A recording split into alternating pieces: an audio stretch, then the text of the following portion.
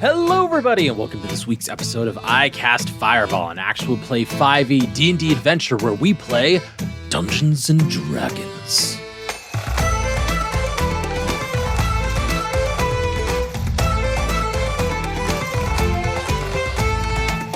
I'm Thomas, your DM for this adventure, and around the table we have Lieutenant Ignis Halcon, Maximus Jans, Ataraxia Kalian, and Buster Bilgewater. Sahuagin on the ship of the Man's Promise. There is discontent on the deck here.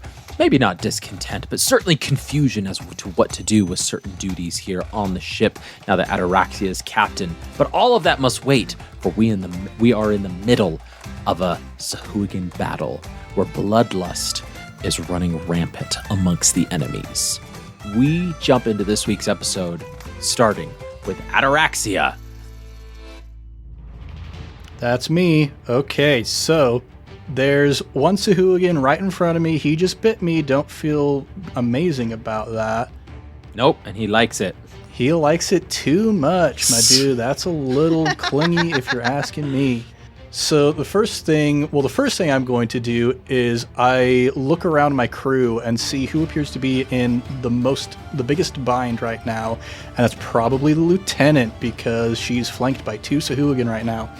That's correct. So what I'm going to do is with my action, I'm going to drop a fairy fire on top of that little trio. They're flanking. They've got advantage on the lieutenant anyway, so I'm going to drop a fairy fire. I need all three of those individuals to make a DC 14 dex save. Here we go, dex save, baby. do I save it? I have to do it too because everybody, right? Every creature. Yeah. Yes. Okay. One fails. Sahuagin number one fails. 13. So close. So that means Sahuagin 1 and the lieutenant are surrounded in glimmering lights. Attack rolls against them have advantage as long as this spell retains concentration. Oh shoot, I should have tried to disengage from this guy before I cast that spell. What if we say I jumped away from this guy before I cast the spell? Still like risking an opportunity attack, not taking the disengage action, but I just don't want to take damage after I cast the spell. That would be bad. Ah, I see. Yeah, go for it. Well, I'll go ahead and roll to attack to see if they can claw your face. Yeah, and just to add a little bit of flair to this, because I've got my Mirthful Leap ability, I can roll a d8 and add that number of feet to a long jump. I'm going to try and jump right, because we've got this staircase going down that is 2 squares tall. I'm going to try and leap directly north so I land right next to Max, just over the top of this opening. Okay, cool. So my strength is 8. When you're doing a standing long jump, you can jump a number of feet automatically equal to half your strength score. And I'm going to add to that 4, so I get 8 feet total. Okay. The distance was 10. The distance was 10. So as you jump, you're like, all right, dude, here we go. You jump, and you're like, oh no. Grab the railing. So I'll allow... Just because I think this is fun. Max, you see Ataraxia jumping to you, and you're like, he's going to be short. I'll let you roll a... let's see. Yeah, it's going to be acrobatics. Athletics.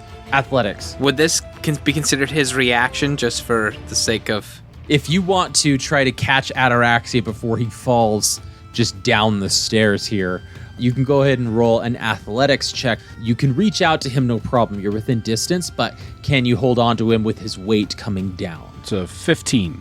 Easy enough. Ataraxia, you grab onto Max's arm as you jump across. He pulls you up. Whoa there, Captain.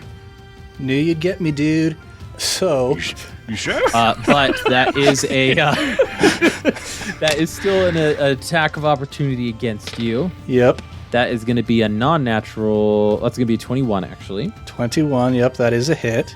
Oof. And that is going to be 3 points of piercing damage to you. Slashing damage, sorry. Oh, I could have beat that. Oh, whatever. And now you cast Fairy Fire, and the sahuagin and Lieutenant failed. And so therefore they are litten up. Yeah. And again, like, Lieutenant was already flanked. They would have had advantage anyway, Yes. so... They would. That's fair. Yeah. You don't need to justify it. It's okay. It's a fine thing. Yeah. You did nothing wrong. I land, use my action to cast that, use my bonus action to call out to the Lieutenant, hey, don't worry, you got this, Bardic Inspiration. Nice. There it is. And then I turn and look towards the railing, and I see the 3 prisoners lined up there. Terrified of the sahuagin. Yeah, and I go, Brolivar, Lugrim, Fink, you guys made it up to the deck. How's it going? He knows them by name, bless him. Ned would have just like NPC names on lock, ready to go. Oh, yeah. And Thomas is a cool DM and lets us just create NPCs whenever. Yeah, absolutely. I go, yeah, I mean, not the best situations to finally make it out of the brig, but at least you're getting some fresh air, am I right? They just look at you and just like chained and like their arms chafed, looking at sahuagin. And you're like, hey, satyr horns to them. After almost falling down a flight of stairs. Yeah. He's like hanging on. Sato. Hey, satyr horns for respect, my bro. I'm living my life to its maximum capacity right now, and that's the end of my turn. You're literally Great. you're literally the baby from that cartoon that keeps walking into a construction site and the dog's trying to save it. Yeah. Yeah. And you just Oh my keeps gosh. just stumbling into safety. Dude, I forgot about that. That's true. Sahuagin 1. That is the one flanking with the lieutenant. Here's the bite. That's going to be a 17 to hit. That hits. All right. And then we're going to do a spear with 2 hands. That's a 18 to hit. That also hits. Aha. Jeez. Feel my wrath. Okay, that's 5 points of piercing damage from the bite. And 6 points of piercing damage from the spear. 11? Yes. That is correct. How many hit points does she have left? Enough? All right, so that's going to be their turn. And now we jump to Sahuagin 3. So this is the one that took the massive amounts of Eldritch Blast from Buster and is going to now jump over and is going to flank. In fact, no, they're not going to go for Buster. They're going to go for the helm. They're going to attack the NPC, the crew member, and they're going to lay into them with their bite. Do I get opportunity attack? They actually don't make it to you. They actually come into your attack radius. So this is the one not up here. This is the one down here by the back of the ship. So as he runs up, he only gets a 5. And so this crew member is like, get off the ship, you filthy fish, as he's like kicking him with his foot. But they do get a claw attack here. Can't quite get us their spear to go. And that one's going to be a non-natural 20, though. It does 4 points of damage. This crew member is looking very bloodied, but still up and going for it, and not willing to give up the helm to this vile creature of the deep. So, we now go to Sandara. And after Sandara, we're going to jump up to Max, Lieutenant, and then Buster again. So just be aware of that, everybody. So, Sandara, what's she going to do? What's she going to do? Did you say that another creature was attacking the helmsman guy that was already looking beat up? No, the sahuagin decided to attack the helmsman, and the helmsman was full health before the attack happened. Okay. Because I can do stuff if somebody gets hit. I'm wondering if that's worth spending now, but for the helmsman, I don't know. I don't want to. I'm sorry. Okay. Sandara's going to run. She's going to run towards the bow of the ship, close to Lieutenant. 30 feet. 10, 15, 20, 25, 30. Through Ataraxia. Just getting within range to cast a prayer of healing. So, she grabs a patch off her. She holds a patch on her left shoulder. A patch of the Jolly Roger as it starts to glow and emanate this black light. And as such, this prayer of healing bursts out, and we are going to Lieutenant, Ataraxia, and who else is within range? Max, you are not hurt, are you? No, I'm not. Nope. Yeah, 5, 10, 15, 20, 25, 30. Nobody else is within range. Buster's not within 30 feet, unfortunately. So it's just going to be the two of you. But she wanted to get the most bang for her buck since both of you are down. That's 2d8 that she's going to roll. First one, 8. Second one, 1. Plus her modifier, which is going to be 3. So that's going to be 12 points of healing to each of you. I'll take that for sure. I'm all the way back up. I am not, but I'll take it. There you go. As she saw that you were just getting smacked over there, Lieutenant, and just your HP going down, she felt she had to support the captain, but also help out where she could. So that was her turn. We're now jumping back to the top of the round. Max, Lieutenant, and then Buster. Let's go. Okay.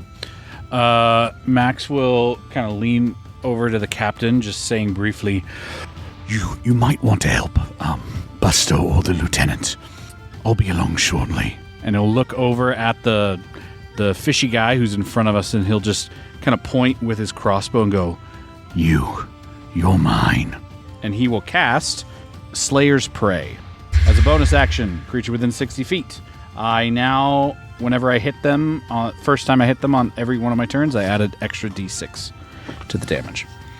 And he's going to actually run straight toward him and get within 5 feet of him. He has the crossbow expert, so 5 feet doesn't give him disadvantage, so he'll be just right next to Fish Boy here, just engaged in melee combat, but with a crossbow, and fire away. With your massive ballista crossbow? Mm-hmm. Okay. Here we go. You run over and you just right in front of him. Go ahead and roll. Such an epic moment for a critical fail. Oh, but I do have inspiration, so I could use it. You do. now. I'll use it. Yep. Why not? I'm gonna use it. There you go. That is the time And to not use much it. better, but it still is not nothing. 12. That's exactly a hit. All right. Oh, boom. thank goodness. All right, here we go. That is going to be. If it had still been in that one, that would have been comedy, and I could have written it down in the epic poem. Oh. Gosh, you're gonna get all of your poem stuff in like the first battle. Seriously. Yeah. He goes, all right, I'm done being a captain, folks. And when I hit him, I will mark him as my favored foe as well. Nice. Okay. So he is now my favored foe, which adds another d4 to the damage. Okay. What's it going to be? That is going to be, oh baby, 20 points of damage. Whoa. Holy crap. As you just point blank right in the sahuagin's face. Yeah, Max. This sahuagin has the crossbow bolt go through them as they and hold on to their belly and fall over to the ground with purple blood spilling out onto the deck. They're dead. Excellent. So, there's that. Yeah, he'll use the rest of his movement then, and Buster or the lieutenant. He'll go to Buster. I use 10, so I'll use the rest of my 20 to move toward Buster. Okay, sounds good. And that is my turn. 15, 20. You are within 10 feet of Buster right now, 10 feet of two different types of sahuagin as well. All right. Well done there. We go to Lieutenant. You are flanked, but one of the individuals has fairy fire on them, and so you could get advantage on them if you are attacking them. As an Echo Knight, I'm able to manifest an echo. If I were to conjure my echo behind the Sahuagin 2, does that count as flanking? Does 5e have flanking? It Yes. does. Yeah. It's in the Dungeon Master's Guide. Yeah. Okay. I just don't know if the echo would count for that. Because like Star Platinum did when you summoned a Fae, but I don't know if there's a difference in what it is. So, Echo Knight's description says, any attack you make with that action can originate from your space or the Echo space. So, legalistically, flanking rule, which gives both flankers advantage, not just one, isn't met, so neither receives advantage. What? Sadly, no. It says no. The echo doesn't count as a construct that would then give me flanking on that sahuagin too. That's what we're saying? Yeah. Great. That's what the internet seems to be saying. Yeah, I believe the policy is it has to have a stat block to count as a creature. A lot of people online say it's an object, not a ally or creature, which seems weird to me, honestly. But for now, let's go with the almighty internet for now, and then we'll see if we can change that. So no flanking right now. All right, perfect. Got it. Okay, so Ignis will let go of the hand axe, leaving it buried deep in the clavicle of the sahuagin in front of her. And as a bonus action, she will manifest an echo. So the flavor. She will use her angelic sight and look at the golden trails of destiny that her goddess Rolterra weaves throughout the world. And she'll pull on a particular string and pull in essentially a grayscale copy of herself, where Ignis is facing the sahuagin 1, but in a different timeline, she decided to turn around and attack the one behind her. So she's going to summon it right next to her, and she will unsheath her rapier at the same time that the echo unsheaths hers, and they will thrust at the same time, and I'll use my Unleash Incarnation so that I attack, and my echo also attacks. Oh, so both of you are attacking. So they both thrust at the same time. Very nice. Okay. And I have advantage on sahuagin 1, which was a good thing. Rapier is 5. 21. That's a hit. And the echo, a 19 to hit. That's a hit. So sahuagin 1 has 8 piercing damage done to it. Ooh, that is a bloody sahuagin. And the other one has a 9 points done to it. The sahuagin behind us. Hey, also bloody. So they both thrust in and stab them through the middle and pull back. And her blade has that mucky blood oozing from it. And her echo pulls back. And there's nothing on her sword, but there's a gaping wound in the sahuagin as well. Man, as what could have been gets pulled into this reality and makes it so. This Echo Knight interweaving destiny and possibility, influencing our direct timeline here and our direct dimension. Both are getting attacked. Oh, that's super powerful. I'm going to have to keep that in mind in the future. Or don't. It's fine if you just forget every time. That's okay, that's just too. a DM note. It's just a DM note. That's okay if you forget. Well, you can only use it a number of times equal to your Constitution modifier per long rest, is it? Unleash Incarnation, yes. Mm-hmm. But my Manifest Echo, I could choose to attack from my position or the Echo's position. Mm-hmm. Right. And the Echo can exist within 30 feet of me. Dang, that's so crazy. Okay, glad. Okay, so Lieutenant, that's your turn, I believe, yes? It sure is. All right, Buster, we go to you. You are flanked by 2 sahuagin right now. You have a almost dead crew member at the helm who is trying to fend them off. One sahuagin has a bloodlust as saliva is dripping down their jowls. What are you doing? I don't like being in this kind of tight of a spot, so I think these hooligans have me a bit nervous. So I'm gonna rely on this deeper connection to some otherworldly being gifted to me outside of my education, and cast Arms of Hadar. Yes. Love and Arms of Hadar. So he'll just kind of start muttering some stuff about earth and dirt under his breath, and kind of like huddling on himself. And I mean, it's unfortunate that Max is expressly within 10 feet. So you invoke the power of Hadar, the Dark Hungerer. Tendrils of dark energy erupt from you and batter all creatures within 10 feet of you. Each creature in that area must make a strength saving throw, and on a failed, they take 2d6. On a successful, they take half. And I think I will use a second level spell slot to add another d6. Nice. Okay, so the crew member is also going to have to roll here. Okay, sounds good. And then Max, you're going to have to roll a strength saving score as well. Saving throw. So what's your spell save DC, Buster? Strength 13 is what they're aiming for. 13. Well, the one just north of you, the original one, where you used your divine knowledge to... My divination. Your divination to dodge out of the way, they succeeded, but the one below, south of you, failed, the one who is trying to get the crew member. The crew member succeeded. Let's go. Surprisingly. So, and Max, what did you get? I got a natural 20. There you go. Woo! Boom. Yes, my dude. There you go. You wanna write Oh, another you using your epic reaction? verse. Yeah. There it is. So that's 9 necrotic damage for anyone who failed, and what is that, like 4 for anybody who Yes, 4. succeeded? So what does this look like? What do these arms of Hadar look like? I would say it looks like some kind of dark earth, like really, really wet mud, kind of soil starts like to bubble up around him and starts to just like turn into those tendrils, those tentacles, and start to fling around and hit just like wildly around everybody because he's feeling a little nervous.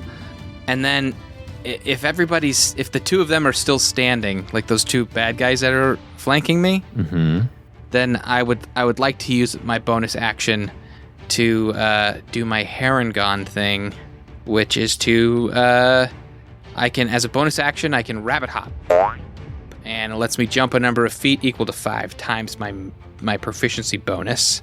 So that's 10 feet, and What's up with hopping here, okay? We got a satyr hop, we got a Haragon hop. and it does not provoke opportunity attacks. Yes. Well, let's first resolve the Arms of Hadar, Okay, right? okay. So you've got this as you cast Arms of Hadar, and you're like, come on, Grandpa. And you slam your fist into the ship. Your impact actually bursts some dust and some soil, some wet soil around where you currently are. And it's odd because you didn't have any soil in your hand, but you're used to this, you know. And these arms just grab and just start like pulling and pulsing and sapping energy and life force out of these sahuagin. The one south taking the brunt of this as arms just seem to like keep getting pulled out of the soil as it collects around the sahuagin, just up, and they're clawing at the sahuagin almost, and the sahuagin's like, and it just getting pulled under and under and under and gets pulled into the soil before the soil magically disappears. The sahuagin gone. That's so terrifying. Yeah. Come on, Grandpa, indeed. So yeah, I'll be like back in the burrow, deep in the Yeah. mud. You know what I mean? Like something like that. Like I'm just talking. Yeah. Dude, Buster looking at this thing that he has caused, going, "That's so terrifying." Like I don't. Like holy crap.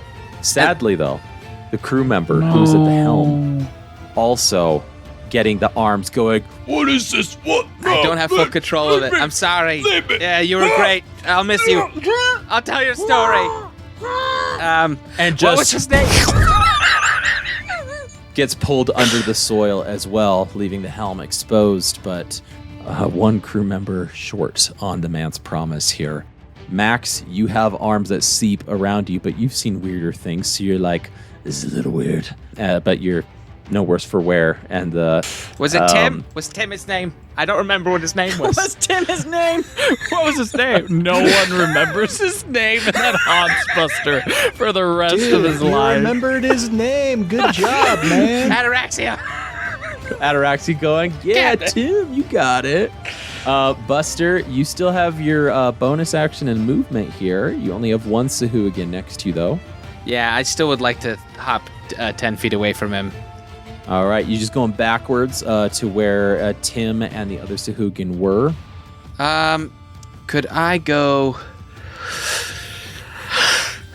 Could I put the helm between me and him? Could I hop to the other side of the helm at least, so I could still kind of control it, but kind of because the guy who was at it is gone now.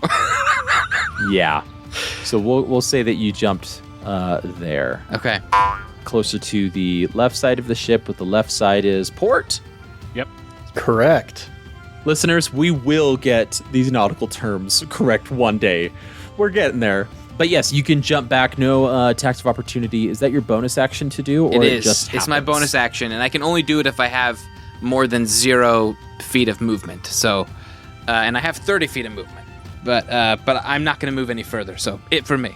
All right, so we're jumping down to that creature then, who is going to just run directly to you. He's just going to keep running at you, even though you're like behind the helm. He's going to walk around and he's just going to try and bite, and he's going to try and attack you. You still have full hit points, right? Full hit points, yes, sir. Okay, sounds good. Here comes the bite. That is a 8 to try and bite you, There's a miss. and a 5 for the second. Like Jackie Chan dodging with the helm. Yeah, they're like trying to like grab you through the wheel, and you keep like turning it back and forth, and the sails are like going back and forth from port to starboard, Those people in and just, chains near the edge are like barely That's not how staying the on. helm works. The Yeah, they're helm like, is the "Whoa, rudder. whoa." It doesn't have anything to do Oh with the my sails. gosh. It's definitely the sails. Yeah. It's definitely This is definitely the dramatic. This is the sail helm, Mickey. I'm sorry if you didn't. You can Google it. Oh my god! It's called a called a sails wheel. Yeah. Yeah. Oh, the rudder's going back and forth then as you're doing the wheel back and forth, back and forth. They just cannot get a hold of you. So, well, that's their turn. That's crazy. I have my armor class is 13, gang. Yeah. So hooligan number 2 is going to attack you, Lieutenant, With advantage. with advantage. So the first thing they're going to do is bite. 17. That hits. All right. And then they're going to do 2-hand on the spear. Silvery barbs. What? Ooh. Are you within range? 60 feet. 60 feet. 5, 10, 15, 20, 25, 30, 35, 40, 45, 50, 55, 60. That is out of range. just out of range. Just unfortunately. Okay. barely. Just out of range. Shoot. The First length of modifier to the ship. The ship is only 60 feet long. We need a shorter ship. We need a thinner ship. Stubby. We're going for a Start stubby. carving it off. Everything. From every point, you could be within 60 feet of somebody. Yes. So we'll say you don't do silvery barbs for that purpose, so you can hold on to it for another reaction in the future. The spear, 2-handed spear, is going to be 18 to hit. Also hits. All right. Let me go ahead and do I roll. already used my reaction on the poem. The poem, which is epic, though. It is It is epic. It'll be very helpful. It's by definition epic. Ooh, okay. So that's going to be 13 points of piercing damage. How you doing, Mickey? Fine. Yep. It's fine. It's fine. It's fine. Feeling good. It's fine. Everything is fine. It's fine. It's fine. It's fine. I'm gonna have to get used to you not being a barbarian anymore. Nope. Is what I'm gonna have to Me be too. used to. But that is their turn, and it is now Ataraxia.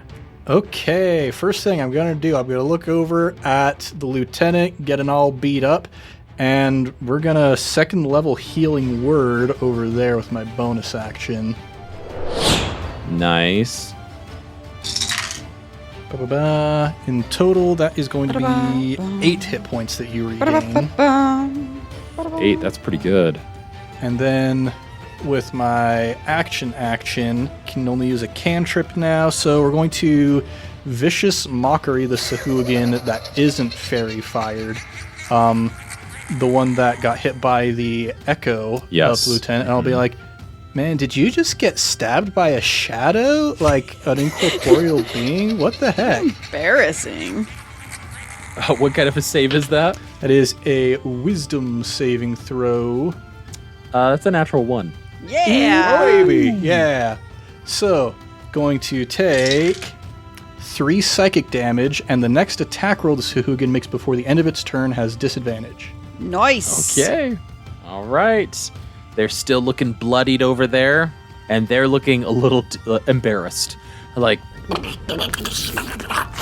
Anything else, my dude, my captain?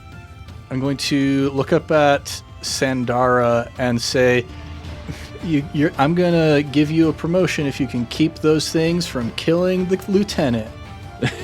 Promotion to what? From what? To lieutenant.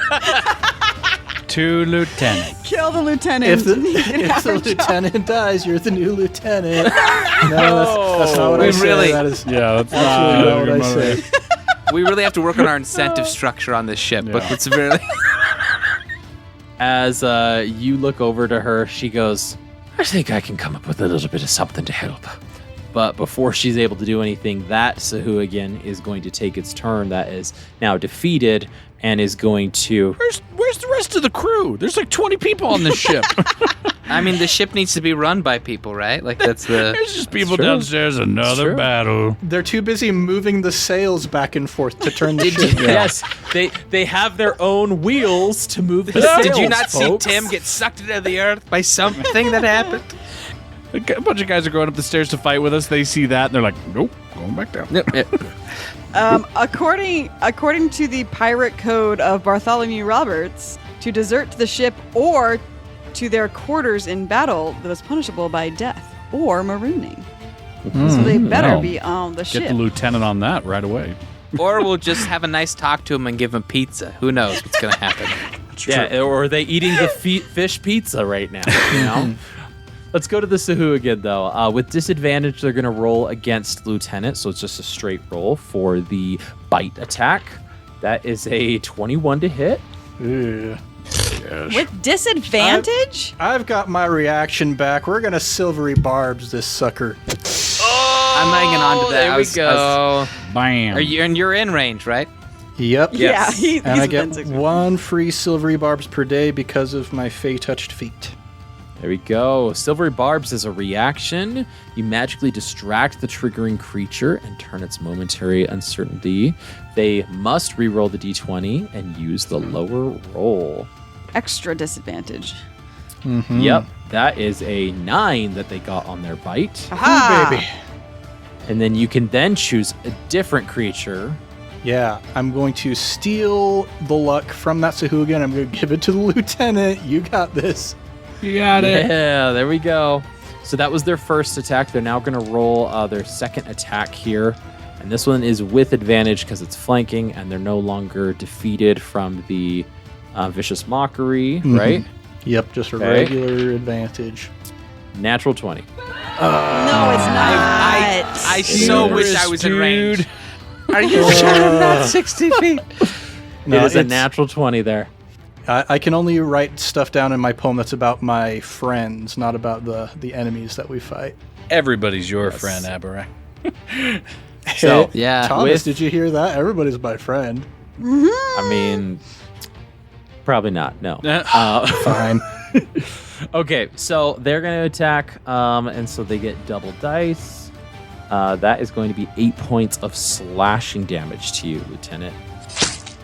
All right, there's that, and that's going to be that sahuagin's turn. And now it goes to Sandara, and now Sandara goes, "Oh, Besmara, you better take care of that girl over there." And she points to you, and she's going to cast Shield of Faith. Booyah.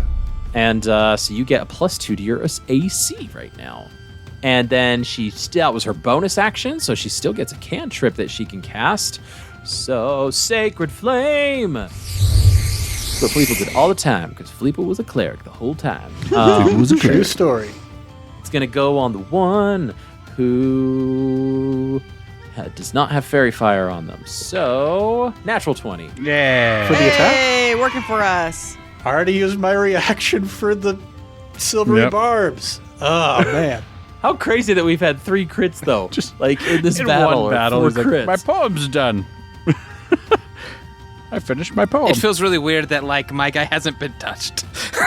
Yeah, on the other Yeah. end of the ship, the person the who is wizard, good at the fighting. squishiest character. I know. Yeah. Oh, that was a horrible natural 20. She only rolled 4 points of damage, though. This sahuagin is on death's door. They are not looking great. But that's Sandara's turn, unfortunately. So we're going to jump to the top. Max, Lieutenant, and Buster. Max is there stairs up to where they're at? No, it's just all level. This is, I mean, Oh, this it's all is level. just I thought it was level. up. I thought it was up. Oh, I thought it was too. Okay. Okay. Max is going to flank with this squishy little fish in the middle, and So you rush over and right next to Buster, you mean? well, like I'm flank. Buster's on one side of the guy. I'm on the other side of the guy, and he'll just point his heavy ballista crossbow and just go, "Now you're mine." And he'll cast again, Slayer's Prey, and attack. All right. And that's your last spell for the day, right? No, so Slayer's Prey is not a spell. It is just a bonus action you can do where you mark a creature, you choose a creature within 60 feet. The first of each of your turns you hit the creature with a weapon attack, you add an extra d6. This ends on a short or long rest, or if you pick a different creature. Well, then. That's all it says. So it's not a spell. Okay. It's just an ability. Okay. All right. You get the new bolt in. Go ahead and roll, sir, with... it's not advantage, though, because flanking doesn't matter for ranged attacks, right? But true. you've got crossbow expert, right? So it doesn't give you disadvantage?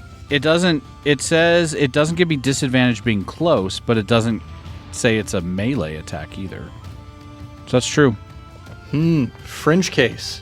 Oh, yeah. Being within 5 feet doesn't impose disadvantage on your ranged attack. When you use the attack with one, you can use the bonus action. And flanking only 5e ranged, question mark. Ranged attackers don't affect or gain bonuses from flanking. Okay, so no advantage on this attack due to flanking. So it's just a normal roll. You don't have disadvantage. Oh, wait. Okay. I'm looking at it in the DMG. So flanking gives combatants a simple way to gain advantage on attack rolls against a common enemy. When a creature and at least one of its allies are adjacent to an enemy and on opposite sides or corners of the enemy's space, they flank that enemy, and each of them has advantage on melee attack rolls. Melee attack The qualification rolls. for ranged is to be clarified that, like, even if they can be hit from both angles by distant enemies, that doesn't constitute flanking. I think that's what the ranged language. All right, so just no disadvantage, so just a normal shot. Okay, I'll just shoot. Bam! That's a 17. That's a hit. Boom. All right, that's a 10, d10, and a d6. That is 11 damage. Wow.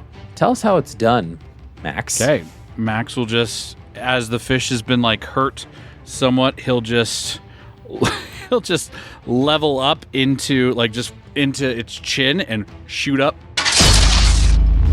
shooting through its head. Oh my god! And having it fall. Okay. Yeah, that's a Sahuagin right by Buster. Buster, you just see this unfurl in front of you, and you just had Arms of Hadar pull some people down into who knows where, and then Max, the body goes limp, falls, and Max is just grinning behind the body with that uneasy, like, teeth that he's bearing towards you. 2 shaky thumbs ups. Oh, yeah, and he'll say to Buster, I'm sorry that you didn't trust me to turn the ship. I apologize if I scared you somehow, some way. Yeah, it's not that I don't trust you. I didn't realize you could talk to my brain. The more you So, know. Max, I believe that's your turn, right? Yep. All right, Lieutenant, here we go. You're still flanked, but what are you going to do? In this new campaign, Thomas, are you also going to allow the optional cleave rules? Oh, yeah. Cleave Great. is I love cleave. Great. Ignis will face Hooligan number 1. And at the same time, her grayscale also turns. And so they're both facing Hooligan 1. And... the one that is fairy fired, you mean? yes, the one that's fairy fired. Okay. Becoming enraged by the fact that it is taking me so long to chip down at these stupid guys that keep hitting me. I took one down. I know! And Tim. Yeah, you did. You did. You took one too. Exactly! Oh, no. Oh, no. Oh, no. Ignis will pull on her angelic ancestry and will use her celestial revelation. And so as she grips the rapier in both hands, both her and her echo, these large wings sprout out their back and flare out dramatically in the dying light. The wings are gray, and as they fades down into the longer feathers at the bottom, it starts to turn into a deep glittering red in the sunlight. And so as an action, both Ignis and the Echo will lunge forward and try and do another thrust with the rapier through the middle of the sahuagin with advantage. Let's With go. advantage. It's a 22. That's a hit. Ignis is the only one doing the damage. The Echo is not doing the damage. I'm not calling on my incarnation. So it's just Ignis. And it's going to be a rapier is a D8 plus, because it's a finesse weapon, plus my dexterity, plus because it's Celestial Revelation, I can add radiant damage equal to my level. So it'll be 5, 3, 4, 7, and 5 is 12 points of damage. If it cleaves through, does it take down both of them? Yes. Great. Let's go. So that'll be 12 points of damage. So as you push through the first sahuagin, you then, after delivering the killing blow, quickly flip the rapier backwards, and Obi-Wan Kenobi stab behind you with the rapier, just in a surprise attack, with the same momentum from that attack, downing both sahuagin. And then using her movement, both her and her Echo will flap their powerful wings downward and launch them both into the sky. And can I look around for where these guys are coming from?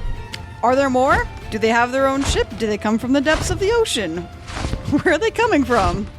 As you flap up in the dying light, the light glittering and highlighting the red off your wings, and your Echo also having some light glitter off of it. Both of you sort of like intertwining with each other as you fly up and you look around. You see the waters to be undisturbed by creatures, and that is merely the ship breaking the waves and no other creatures crawling up your ship. The battle is over. So now that that's taken care of, can I vortex warp one of the chained guys off of the boat into the water? Gosh. Well, without Jacob's character noticing, maybe. Let's. Let me look up vortex warp real quick. Nah, probably not. It is vocal and somatic, so like The yeah, passive you perception of 18 guy. That's fair. Is that too much? I can withdraw that if that's way too sideways, gang. No, we're good. Give me a sec. As before we end combat here, Lieutenant, is there any last thing you wanted to do to finish your turn of combat as you were looking around, feeling confident that you are safe? Feeling confident that they are safe, she will land right between the prisoners that are chained and the edge of the boat. So not behind them, in front of them, as her and her Echo land before them. And as she stands up to her full height, she'll flap her wings at them, and then they'll dissolve into red dust, and that flutters to the deck of the boat and disappears. Right. Buster, you technically were next in the initiative order before anybody else would be able to do. So if you don't want this to be hidden and you want to have it go forward, yes, you can vortex warp if you'd like. But she's between them and the edge of the boat. She's between them and the prisoners. The prisoners are still at the edge of the boat. Then I'd like to vortex warp Mac back to the crow's nest. It's a Constitution saving throw. I imagine he has an insane Constitution. If he wants to go to the crow's nest, he can choose to fail. It's no damage. It just puts him up there. So I just go like, you want to go back to the crow's nest? And then I'll cast Vortex Warp. No. Yeah. I will have you roll a Constitution saving throw, Max. Oh, that's not going to be good. That's a 9. 9, that's a failure. So you just get up to the crow next. You're like, I really don't want to. as you just get pulled upwards. You're like, oh. And we will now end combat here and go back out of initiative order with the understanding that Ataraxia, you would have been next. Everything is calming down. The prisoners are still terrified, absolutely terrified, on their knees, cowering in fear, looking towards all of you, wide-eyed. One person's wrist is bloodied as they were trying to get out of their chains to try to run off or just back to the below the ship to avoid the sahuagin, but were unsuccessful.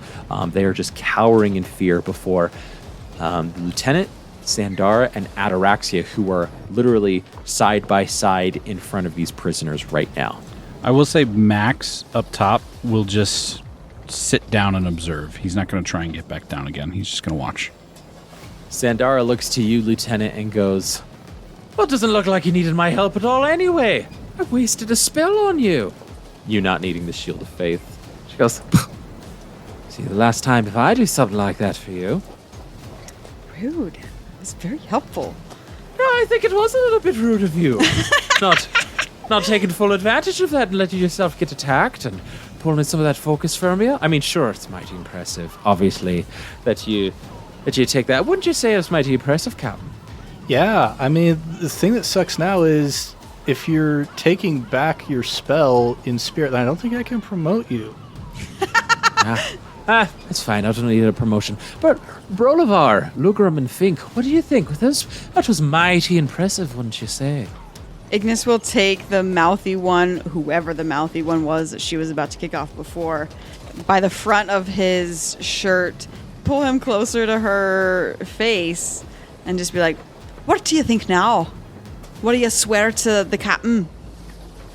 Brolivar swallows. I'll swear. I'll swear to the captain. On your life. On my life. I'll swear to Ataraxia. Oh, nice. Swear on your mother's grave. Roll an intimidation check. Buster pulls out a little notebook and says, "Swear on your mother's grave." That's good. That's really good. That's a 22 for intimidation. Oh my gosh. As the intimidation falls upon you, Ataraxia, as you're observing this, what are your thoughts on what's happening here? When he swears on his mother's grave that he will be loyal to me, I go, "Sweet, that means that you can enter the running to come up with a new name for the ship. Do any of you got any ideas?" No, Captain. No names. Oh, okay, that's fine. Don't worry. You look like you have seen a ghost. You haven't seen a ghost. You've seen 5 sahuagin. That's not cool. We should get you back down to where it's safe so you can kind of ease off this whole adrenaline rush you got going on. All right. Yes, Captain. Of course, Captain. Ignis looks to the other 2 prisoners still holding him in her fists. "And you two? Do you swear?" Oh, I swear to... Swear on what? Ataraxia. I swear on everything. I swear on the ocean, okay? I swear on the satyr hordes for honor, right? Yeah, no? dude. They can mean whatever your intent is with the satyr horns. I mean, I usually do it for respect. If you want to do it for honor, that's your prerogative. I swear to you, Ataraxia, I serve you. Forget about our old ship and our old life, okay?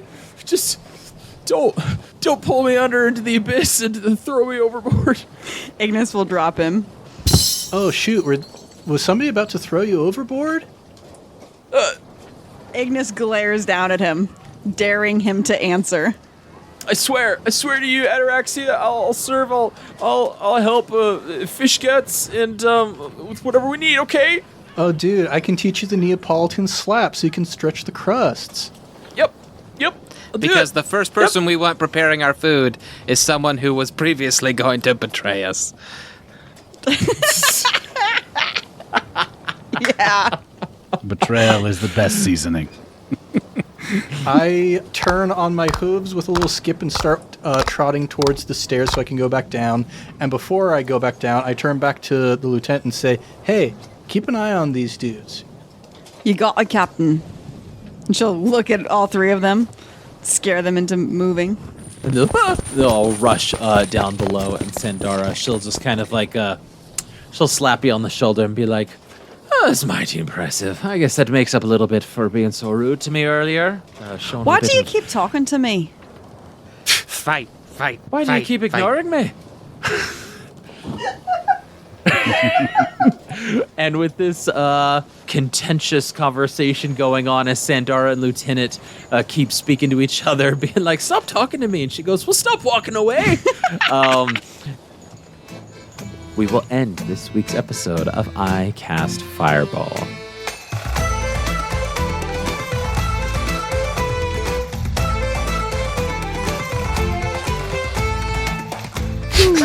Oh man, yeah. Ataraxia's walking down the stairs like, man, I'm gonna get such a good like progress report from the lieutenant, telling me about how these guys are doing in their new jobs. She's gonna keep an eye on them so good. I look up at the crow's nest. Like, I hope he's not mad. Well, Max will just Max just Max stares. is just looking down at the whole thing, and he'll look over at Buster, and he'll do the little horn things, but then do a salute, and then just keep watching from the crow's nest. Bury myself in my scarf. Well, everybody, that's this week's episode of I Cast Fireball. Rip for Tim, the crew member, the crewmate that... Never forget. Definitely, probably Tim. Yes. What's his name? Never forget, definitely will live on in Buster's nightmares as the crewmate who was punished for the fear that Buster felt in that moment. And what fun we're going to have as we go to get this ship squibbed. Good life at the high seas. What fun we're going to have, everybody. Oh, thank you. Oh, Ned, Jacob, Josh, and Mickey, thank you so much for joining as players as we are getting through. We're going through the ocean here in Galarian, the world. And listeners, thank you so much for joining us as we are starting this new leg of I Cast Fireball. If you want to get in touch with us and let us know what you think about season 2 of I Cast Fireball, or just let us know some of your favorites, maybe write a memoir for Tim, the crew member, because nobody else will probably be writing a memoir. We will read it out on the podcast here, and we will love to hear from you as well to see what seafaring adventures you are taking up as well. If you want to shoot a homebrew message or a homebrew mechanic that you've got going on for whether an NPC or a new thing you're trying to introduce in your campaign, jump over our Patreon exclusive Discord channel that we've got going on, where Ned and I were in the DM only chat, quote unquote, where we are talking all things mechanics, all things Crunch Squad, and all things season 1 and 2 of ICF. So go ahead and join us there. Speaking of Ned, don't forget to check out our sister podcast, Improv Tabletop. They've got amazing stuff going on there. We've touted them through hundreds, at least 100 episodes here about what they're doing. So go check them out. And don't forget to leave them a 5-star review on the way out. Don't forget to like, subscribe, and share with your friends and fellow wacky adventurers. But until next time, I'm Thomas, your DM, and around the table we've had Lieutenant Ignis Halcon. Maximus Jans. Ataraxia Kalian. And Buster Bilgewater. Let's keep that fire going all, and we'll see you all next time.